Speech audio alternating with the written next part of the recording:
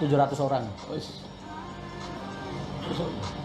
Iya, mereka biasanya nanya ada apa, nanya gimana, terus punya masalah apa, curhat, masalah bisnis, masalah apa, yes. Orang-orang gabut pak, ada di lockdown kan, gak bisa kemana-mana. Alay.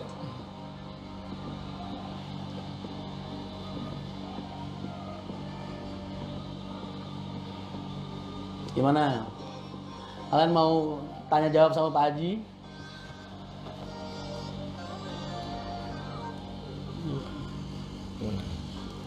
Ada yang mau tanya jawab sama Pak Haji? Gimana? Mungkin Pak Haji, masalah panggung boleh. Ndi. Enggak, ini tulis mereka bisa ngetik. Bapak ngomong aja di situ. Assalamualaikum. Gimana saudara-saudaraku yang aku cintai? Selamat datang bulan suci Ramadan ya, bulan yang berkah, bulan yang kita nanti-nantikan. Ini adalah bulan pengampunan ya. Jadi manfaatkan sebaik-baiknya ya. Semua kita ambil hikmahnya. Apa yang diberikan Allah itu yang terbaik untuk hamba-hambanya yang iman ya. Yakin ya. Kita kalau kita membayangkan orang pada dibikin bingung tentang corona ya, ini sebenarnya luar biasa orang dibikin bingung sama yang sebenarnya yang keterlaluan itu medianya yang membesar-besarkan ini. Kita harusnya bukan takut corona, takut itu besok bagaimana setelah kita kembali kepada Allah, bisa nggak kita ngewot jembatan Shiratal Mustaqim. Itu yang harus kita takutin. Nah, kalau kita sudah membayangkan sejauh itu, lo corona kok takut? Corona itu, aduh, ya Allah. Takut itu kepada Allah, masuk masjid. Islam sudah diajarin kok, ya kan? Diajarin ya. Kebersihan sebagian dari iman, sholat yang bagus, ya. Perbanyak kita dingklo, ya. Mendekatkan diri kepada Allah, ya. Bersedekah kalau kita mampu, ya kan? Kalau kita nggak mampu senyum pun itu termasuk sedekah loh. Ya kan itu ya, adik-adik kita usaha ini tetap akan berjalan dengan baik, nggak usah ragu ya, nggak usah ragu. Cuma disuruh liburan ya, cuma disuruh liburan usaha ya. Ini disuruh liburan kesempatan karena Pak bulan suci Ramadan, makanya ini orang-orang yang iman itu orang-orang yang beruntung ya. Biasanya saya setahun sekali ke tanah suci ya, sama karyawan, sama sopir, sama santri saya. Ini disuruh istirahat sama Allah. Saya mungkin ya cukup di Indonesia saja. Alhamdulillah ternyata di Indonesia ini saya manfaat ya. Saya bisa kirim beras ke sana kemari sampai Ponorogo loh yang kirim beras itu. Kirim beras, Mbak Solo, Jakarta, Tangerang, subhanallah. Ya itulah. Itu. Terima kasih. Pokoknya kita semangat. Ya. Semangat. Apa yang sulit ya, jangan kita bikin pusing. Setiap ada permasalahan pasti ada, setiap ada kesulitan di situ akan ada kemudahan bagi orang-orang yang tawakal, yang iman kepada Allah. Ini saat-saatnya adu gimana ya? Bagaimana adu kekuatan ini. Adu kekuatan mana yang gajah ini kekuatan, tapi enggak lah. Kita semua kita serahkan kepada Allah. Semua yang gajah itu hanya Allah ya. Kita tidak bisa apa-apa. Ya usaha sebesar ini dulu saya rintis sudah kenyang saya. Dari mobil 5 kok mobil jelek-jelek sekarang jadi 235 hampir 250 ya. Bisa semua baru, semua Mercy semua baru. Ya kan? Cuma tinggal sedikit ya. Ya coba lihat aja. Jungkir balik ya. Zaman Pulau Gadung. Alhamdulillah sekarang habisnya masih ini baru-baru semua nih ya. Siap untuk lebaran nanti, setelah habis lebaran kita. Pak ada yang nanya Pak, pengen nanya sama Pak Haji, kunci menghadapi situasi seperti ini menurut agama gimana? Kok kayaknya Pak Haji sama Mas Rian kok tenang banget ngadepinnya? Gitu. Bisnis Pak. Iya, gini. Ya tenanglah Mas, kenapa yang dicari? Kita kan nggak boleh yang diberikan Allah itu pasti yang terbaik kepada hambanya yang iman. ya kan? Pasti yang terbaik. Kita harus berprasangka baik kepada Allah, ya. Allah memberikan segala sesuatu itu mesti ada hikmahnya, ya. Ya kalau orang-orang yang nggak iman kepada Allah, ya kan, orang-orang yang agamanya belajar agama dibuat buat cari duit, ya. Ya sekarang kan orang hanya pandai. Di Indonesia ini banyak sekali orang pinter, ya. Ya. Tapi hanya sedikit yang orang yang benar. Ya kan, Indonesia ini gudangnya orang pinter loh, gudangnya orang pinter, tapi sedikit tok orang yang benar. Udahlah, kita tinggalkan itu, jangan dipikir. Ayo bisnis yang baik, teruskan bisnismu sesuai dengan ajaran Rasulullah. Bekerjalah sesuai dengan bidangnya. Barang siapa bekerja tidak sesuai dengan bidangnya, maka tunggulah saat kehancurannya. Maka kerja itu harus yang sesuai dengan bidangnya. Itu Mas Yan tuh. Alhamdulillah. Gimana? Apalagi yang harus tak bantu? Saya siap membantu. Jangan ragu. Saya siap membantu. Asian ini ya bisa ngambil ilmu bapaknya nih. Dia adalah orang yang ulet bekerja, orang yang nggak pantang lelah dia bekerja. Cuman hanya kekurangannya Mas Yan ini nggak bisa seperti bapaknya. Di mana-mana anak nggak bisa melebihin orang tuanya. Karena apa? Bapaknya ini kalau pagi jungkir balik, malam udah bangun ini, ya kan? Pagi jam 3 udah sholat, subuh langsung ke Pulau Gadung, itu dulu ya. Ya kan, nyari penumpang sendiri ya. Anaknya belum tentu bisa kayak bapaknya kan. Nah ini tuh. Nah, sekarang sampai begini besarnya P.O. Haryanto, alhamdulillah. Semua kita sudah berani bersaing pasar. Itu loh, ini. Minta motivasi kalau pengen bangun perusahaan. Oh, kalau pengen bangun perusahaan, kita gini. Yang pertama adalah kalau kita mau bangun perusahaan, bangun dulu diri kita, ya kan? Bangun dulu diri kita sudah kuat, ya, sudah bagus ibadahnya, baru kita bangun keluarga. Bangun keluarga kita. Kalau udah dibangun keluarga sudah bagus, baru kita bangun usaha. Itu banyak jadinya. Dan jangan sekali-sekali kita usaha tidak sesuai dengan bidang kita. Misalnya kita ini orang ahli teknik mesin, ya kan? Ahli teknik mesin. Tapi begitu sampean yang sampean kerjakan ini teknik kayu yang nggak jalan, nggak jalan gitu loh. Jadi kita harus sesuai dengan bidangnya. Ini itulah ya.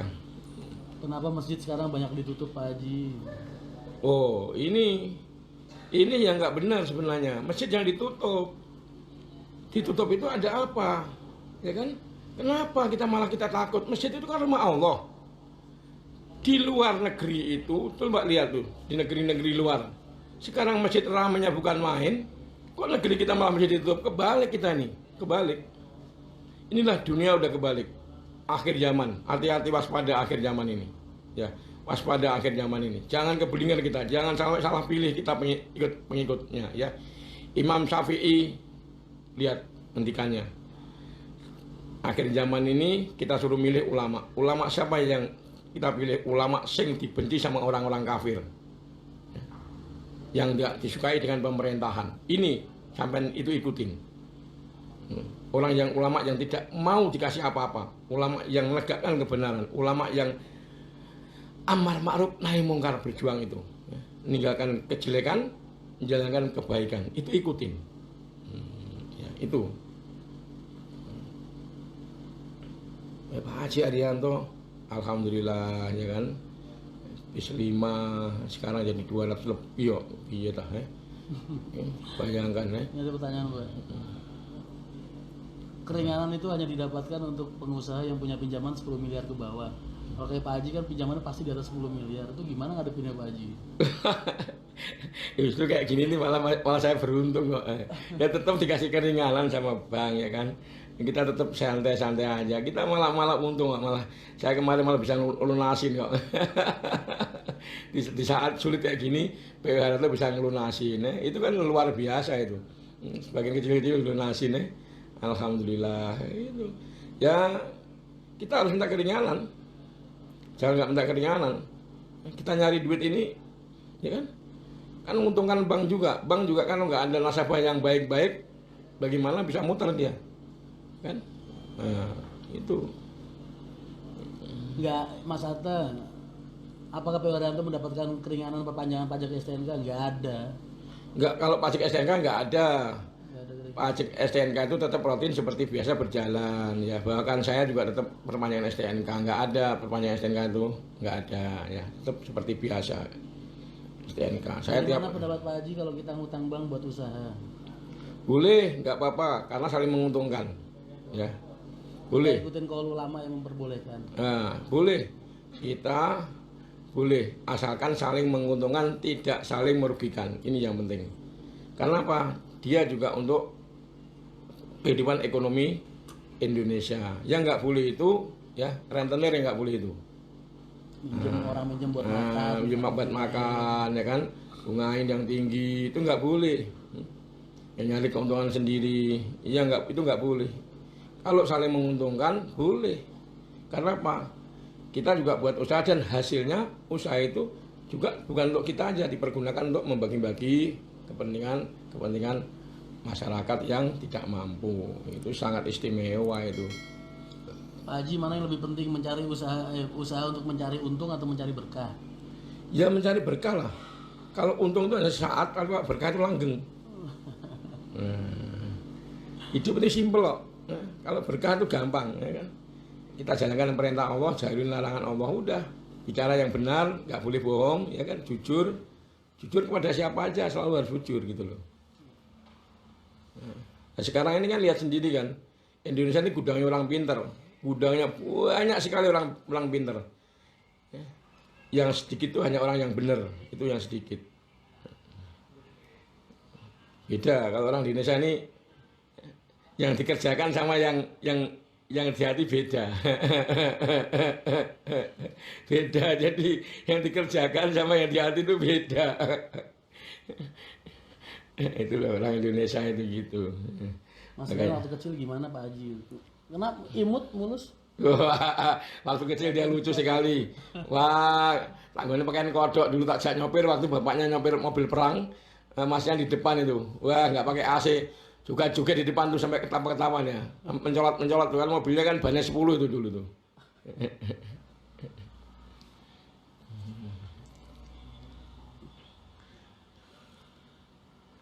Izin trayek PO itu untuk satu armada Mas, bukan satu buat banyak armada. Ya, satu PO. Soalnya SK itu satu untuk banyak sekali, maunya berapa? Kalau SK-nya, tapi kalau trayeknya trayeknya satu untuk satu gitu loh.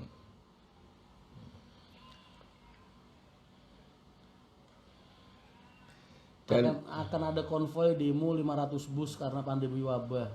Tanggapannya gimana? Wah, kalau saya percuma demo. Udah pemerintah sekarang nggak punya duit, buat apa demo-demo? Rugi kita demo. Malah nanti nambah ekonomi kita hancur. Nggak usah demo, udah kita doakan aja. Mudah-mudahan orang yang nggak benar jadi benar. Kalau memang nggak benar, ya biar cepat mati gitu aja, ya kan? Biar nggak lama-lama. Doakan orang yang nggak benar jadi benar, orang yang benar tambah benar. Itu aja doakan. Ini cirinya gampang kok. Asal kita dekat dengan ulama, kita cintai pada ulama-ulama yang benar, berkah negeri kita. Ini aja sebenarnya. Gimana negeri kalau jauh sama ulama, udah nggak akan berkah dah. Apalagi kalau jauh sama para habaib, wow, nggak akan berkah. Makanya kita cintai para ulama, cintai para habaib, ya kan? Itu cintai, ya kan? Kanjeng Nabi yang nyuruh kok. Kanjeng Nabi titip putu-putunya kan nyintai. Itu kan sudah diwasiatin sama Rasulullah. Nah ini.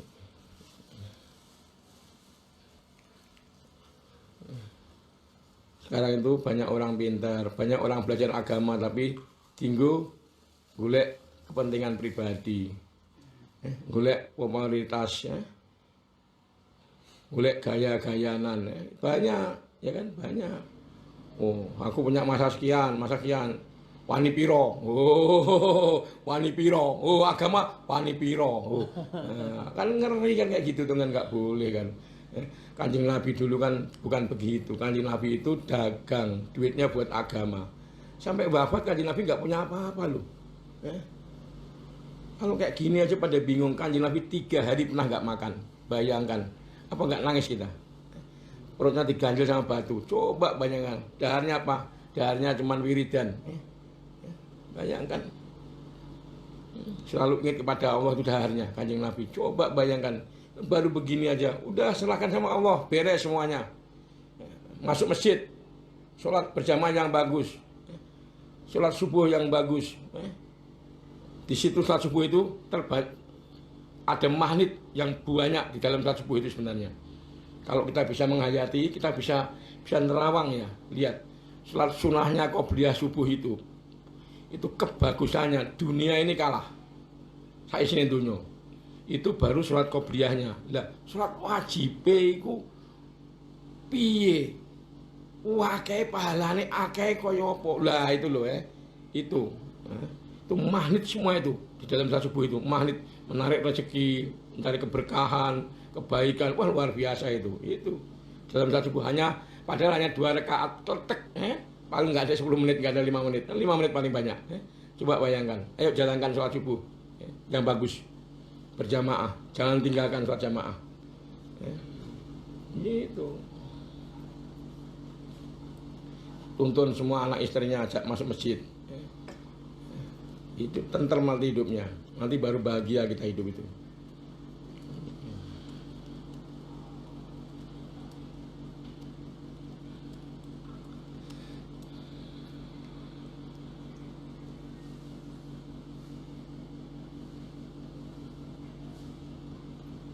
Pak Haji ceritain keutamaan sholat duha dong.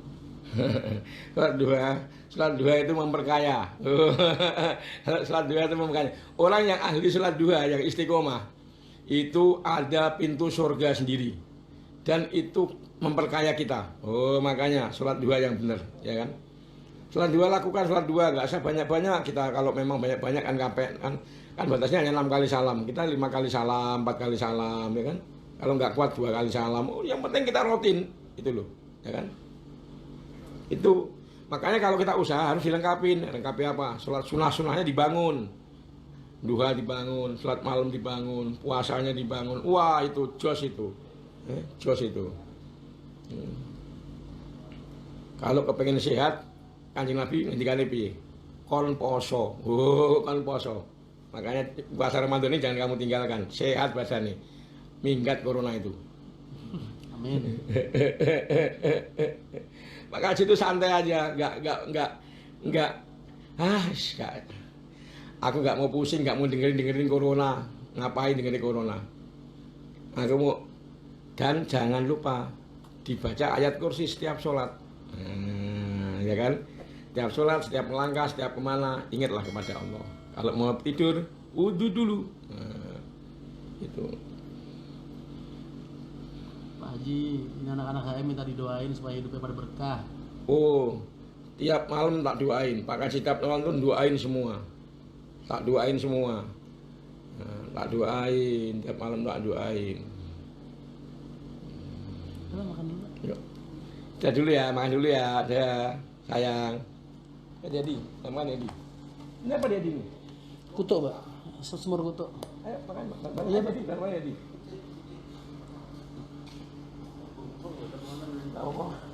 Jadi Pak on bisa bocah itu. Kliwon gak ono wong dodolan gelas. Ning kliwon gak ono dodolan gelas. Cuman sing manggaran Bapak. Oh, ya. Ayo, Mas Yan. Iya, iya. Ini. Mas. Tenang dikit-dikit, usah ulang. Iya, Pak. Udah. Entar temenin aja, Pak. Koyong ini rasane wong jatuh cinta. Yuk. Nasi buatan biko. Udah mau. Entar temenin. Mas Aris, oke, Mam. Ayo, Buram.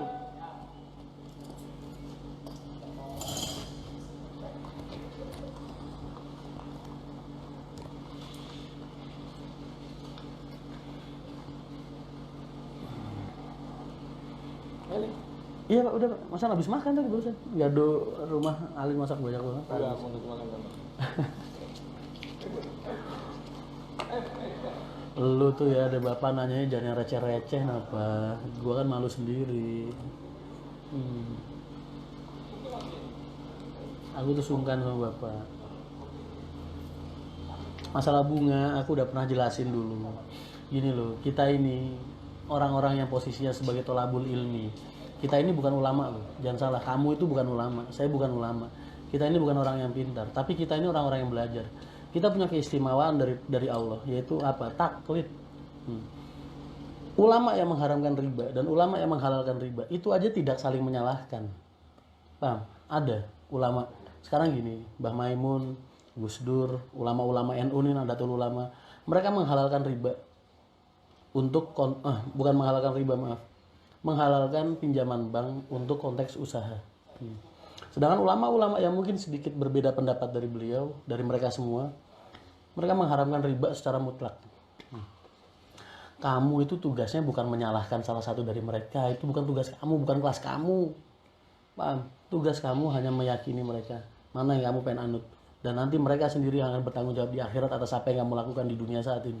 Itu namanya taklid, boy. Paham? Jadi tugas kamu tuh bukan nyalain, tapi milih salah satu mana yang terbaik untuk kamu. Nanti di akhirat kamu gak akan menanggung dosanya, yang nanggung dosanya mereka. Paham? Sedangkan kalau kita mau keras-kerasan konteks riba itu kan yang nanggung juga dosa, yang lakuin dosa, yang ngasih dosa, yang nyaksiin ikut dosa, yang nyatet ikut dosa. Yang manfaatin ikut mendukung juga dosa. Yakin kalian baju yang kalian pakai setiap hari itu bukan produk riba? HP yang kalian pakai setiap hari itu bukan produk riba? Nggak mungkin. Makanya dipikir santai aja. Kita ini kelas tolabul ilmi, kita punya hukum taklid, tinggal taklid mana yang benar mana yang salah. Menurut keyakinan kita aja, bukan untuk menyalahkan, tapi untuk sebagai kita pegangan pedoman kita untuk menjalani hidup. Paham boy? Ngajinya kurang dalam. Makanya kalau ngaji jangan setengah-setengah. Basicnya dulu dipelajarin. Kalau akarnya udah baru